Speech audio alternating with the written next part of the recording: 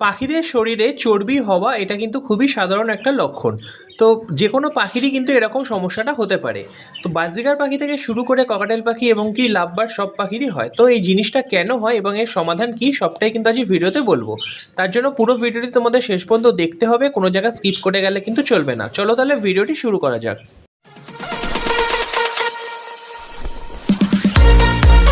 প্রথমে আমাদের জানতে হবে পাখিদের শরীরে চর্বি হয় কেন। পাখির শরীরে চর্বি হওয়ার কিন্তু অনেক কটা কারণ আছে। প্রথম কারণ যেটা, পাখিকে তৈলাক্ত খাবার দেওয়া। তৈলাক্ত খাবারের মধ্যে যেমন কিনা সানফ্লাওয়ার পড়ছে, কুসুমদানা পড়ছে, এই সমস্ত খাবারগুলোর মধ্যে প্রচুর পরিমাণে ফ্যাট থাকে, যেগুলো খেয়ে পাখিদের কিন্তু শরীরে চর্বি হওয়ার সম্ভাবনা থাকে। এছাড়া পাখিদেরকে প্রত্যেকদিন তোমরা যদি ভাত দাও আর ভাতের সাথে যদি ডিম সিদ্ধ দাও, তাহলেও কিন্তু পাখিদের শরীরে চর্বি হওয়ার সম্ভাবনা থাকে। আর যে একটা কারণ আছে ওটাও কিন্তু খুব গুরুত্বপূর্ণ, সেটা হচ্ছে পাখিদেরকে সঠিক খাঁচায় না রাখা।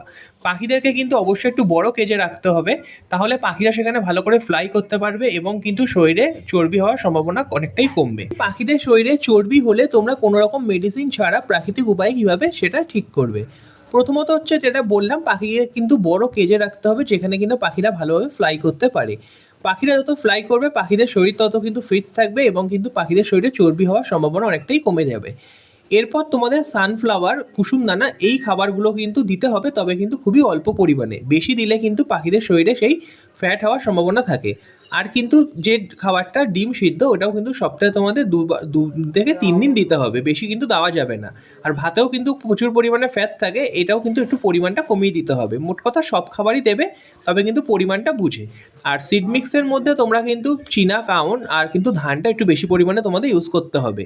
এবার আসি কিছু ফলের কথা। ফলের মধ্যে তোমরা পাখিদেরকে কিন্তু শশা খাওয়াবে। শশা খাওয়ালে পাখিদের শরীরে কিন্তু চর্বি হয় না।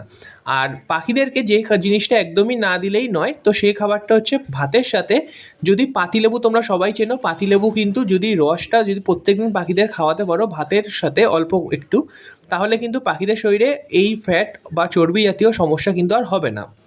তো পাতিলেবুর রসটা দিয়ে কিন্তু ভাতটা তোমাদের ভালো করে মিশিয়ে পাখিদেরকে কিন্তু দিতে হবে। আর পাখির শরীরে চর্বি হয়ে গেলে পাখিদের কিন্তু অবশ্যই বেশি পরিমাণে শাক পাতা খাওয়াতে হবে। শাক পাতার মধ্যে এখন যেহেতু গরমকাল আছে, তো তোমরা কিন্তু কলমি শাকটা বাজারে পাওয়াই যায়, কলমি শাকটা কিন্তু খাওয়াতে পারো। আর কলমি শাকটা কিন্তু বাজরিগার পাখি খুব ভালো খায়। সপ্তাহে 3 থেকে 4 দিন দিলেই কিন্তু যথেষ্ট, বেশি দিতে যাবে না, কারণ কিন্তু তখন ডায়রিয়া হওয়ার একটা সম্ভাবনা থাকে।